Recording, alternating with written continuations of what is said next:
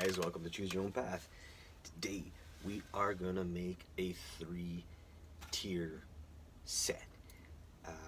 This is styrofoam I got from a buddy. He works with me and they were just throwing it out. So he says, do you want it? I went, sure. So he gave me a shit ton lot of it, So I wanted to make something 3-tier. So as I started, these pieces are 19 inches by, I think there are 19 by 15. These are smaller pieces, which is cool, so I got to use. So simple, all I did was I drew out the grids. These are 1-inch grids. I just took a ruler, lined them all out, took my first piece, and I set out where I wanted to have the template to go in here. All I did was I drew the template, then took a couple of pieces of paper, put them on there, traced them, took the second piece, cut it out like that so that it would fit on top. And then for the third piece, all I did was I cut it in half, or cut what I wanted, and I made a third piece so it would sit on top. So that's all it is, templates, very simple, paper. So the first thing we're going to want to do is we're going to want to take we didn't have a hot foam knife, so we couldn't cut this. So what we used was a saw. This is a hole saw, basically used for drywall. Made a hell of a mess. This stuff is cheap. It's very fragile. It just fluffies everywhere, so whatever. So the first thing I want to do is to create the form around it. So we will start with the bottom piece. And all I'm going to do is, because I don't have a hot knife, but I do have my trusty razor tip piece that I just cut a piece on there. We're going to heat it up. It takes seconds to heat up. And all we want to do is create little edges that we could take off. You could use a knife for this if you want, though for the hot knife it does work a lot better. And all thing is, make sure you get it off quick enough, because it smokes and ventilated. Like, this area is big, I got a fan going on, I'm not breathing this in for no reason whatever. So all we're going to do is just cut little chunks out, get that factory foam sort of out of there, and then we'll continue. So I'll continue this and I'll get back to you. So next thing we're going to do is we're going to make some stairs that are going to go down. So what I did was I started cutting out the forms of stairs, thinking that we need at least a good inch on each surface, so that if a character does go on there, it could sit. I think it's just more for looks, if anything, because I'm not sure if really people play stairs. But we're just gonna take our tool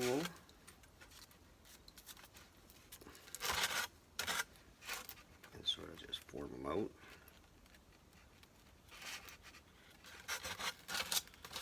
And the bottom stair, we're just going to add a rock here so it can go down. So what we have is a stairwell going down. Now, like I said, we want to make it so it's got at least an inch, so we got to make sure that we got a good chunk of it taken out, and we're going to try to keep it as level as we can get it. What we'll do is we'll take a sandpaper block to it after. And yeah, we'll make it so that it's level. Here we have a little stairwell going down. Now, we have 3 levels to play, so we also have to figure out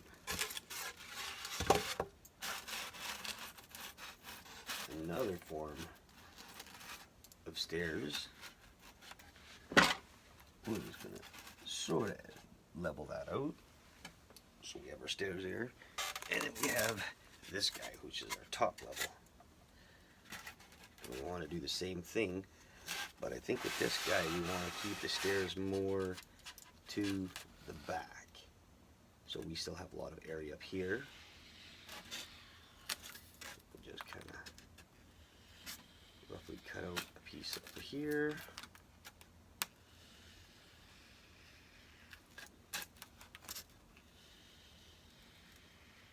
So like a little platform.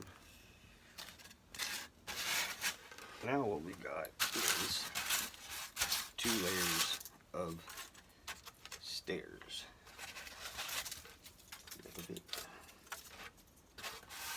Okay, so we have a layer of stairs that comes down here, playable area, then down here, playable area, and we're going to figure out what we're going to throw in here. So the next thing we want to do is clean up. So next one is we're just going to glue them together. So we're just going to use hot glue, and I did the top one first. Now I'm just going to add a whole glob of it everywhere around the perimeter. Hot glue is probably your best bet to glue things with. Styrofoam, you'll get a better bond to it. Just get it all over the place, especially in the corners. If you want to add some in the middle, you can, but make sure you have a lot of hot glue on hand because it needs to go fast, because it will set very fast, hot glue. We're just going to add a whole whack of it, like so, and quickly set our product down to where we want it to be. You only got a little bit of time to play with this. Once it's on there, it's on there. Alright. So, there you go. Our 3 tiers are formed. Now if you really wanted to, you can get a good bond maybe between. Glue's not working very well here. I don't know why. So we're going to get just on the edges to sort of fill in the gaps. This can get covered by paint or whatever you want to use as a filling. It's up to you. But it also ensures that this piece will not come off during gameplay. You almost want this to be look like it's one solid piece in that sense. It doesn't have to be. It really doesn't. Gameplay is on you, whatever you want to do. Another beginner video for you guys. That's all it is. Doing this. This is something I just saw online and I figured I wanted to try it. And that's what I'm doing. Alright guys. So what we did next was we took a very light yellow wash. I didn't show that process because I wanted to start on the second one. So what it is just a yellow, and then I really diluted it with a lot of the distilled water, and we used the Fantastic, so that I brought it down to this color, let it dry. Then what I want to do is take a red and brown kind of color, and it's very watery, so it's a wash. It's not more of just a paint. You want it to basically just flow everywhere, okay? So this, we're going to just sporadically throw it everywhere, not covering up all of the yellow, just giving it different kind of highlights to our stone. The final process is the black wash, so we're not worried about it looking like it's just going to be like red and yellow and just like different colors. It's just going to mix all into it. So I'm going to just show you this part because it takes a long time to do the whole thing. So I'll just show you a little bit of what I'm doing here, and then we'll continue to the next color. All right, I'll be back. All right, guys. So once you got your final colors in, what you want to do is give it the last coat. Now this is a Mod Podge and a black and a lot of diluted water because you want it really liquidy. And the last thing you're going to want to do is give it a final wipe down to really tone it down so it doesn't look only red. It'll have different colors to it, plus the wash. The wash will make it so it hardens up, kind of, and it gives it more of a stone kind of look too, and that's what we're looking for. This way, it doesn't have to be fully covered, but we want to get it into all the cracks and crevices, tone down the reds, as you can see, and then just keep on going. So I will finish this up and show you the final product, because it's just boring watching me do this. Alright, so last step of the stage is to give it a highlight of some white to make it look rocky. So we got ourselves a little fan brush. What we did was we took some white and a lot of distilled water, and all we want to do is just kind of lightly brush it on, so that will hit the top of our stones. We're not trying to paint it, we're just trying to get a little bit of a highlighted brush to it. So just, oh, it's a bit much there.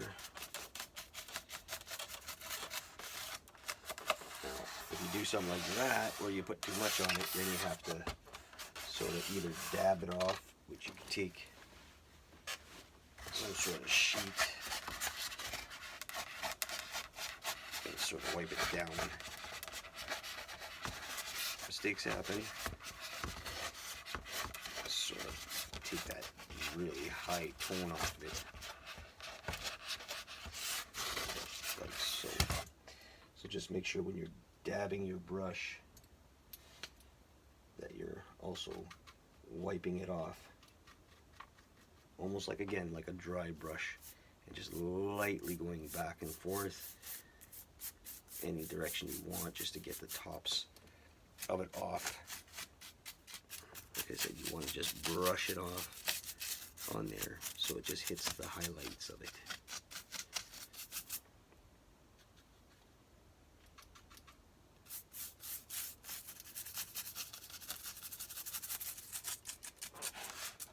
The nice thing is to get the tips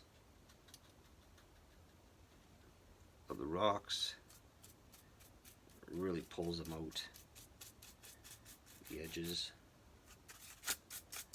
again, just for aesthetic kind of look, it's really neat to have.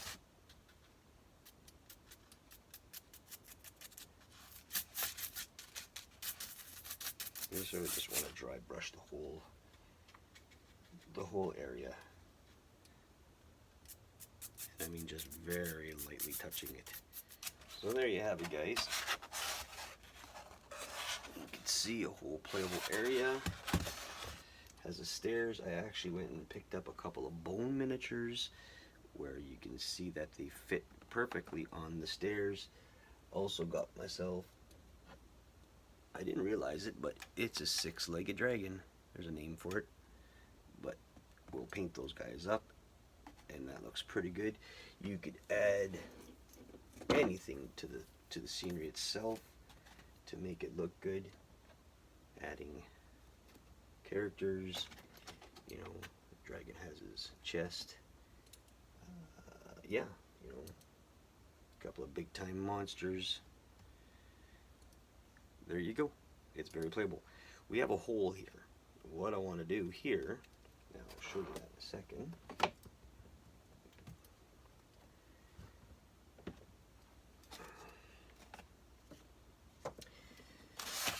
What we're going to do here is we have a hole, and we're going to make that into some sort of green, oozy, slimy stuff, just for looks, I guess, whatever. There's still playable area here. Might even just add a ladder here. For whatever reason, somebody was going to go down there. Maybe there'll be a monster coming out. We'll figure it out. But right now, this is a complete built set. It has great colors to it. Has a 3-tier, 1, 2, 3 tier. 15 by, I think it was like 15 by 19, so it's a big size build, but it's very playable. It does have a grid system to it, but I tried to keep, I'm going to start by not doing that anymore, because this set could be built for anything. It could be done for any kind of gameplay. A lot of them don't play with a grid, some of them do, doesn't matter. The squares are based on your characters standing on them, and then having so many areas it can go to, or attack modes. I don't know. I don't play the game. So anyway, thanks for watching, guys. Remember, if I could do it, you could do it. Easy build. Choose your own path. Right on.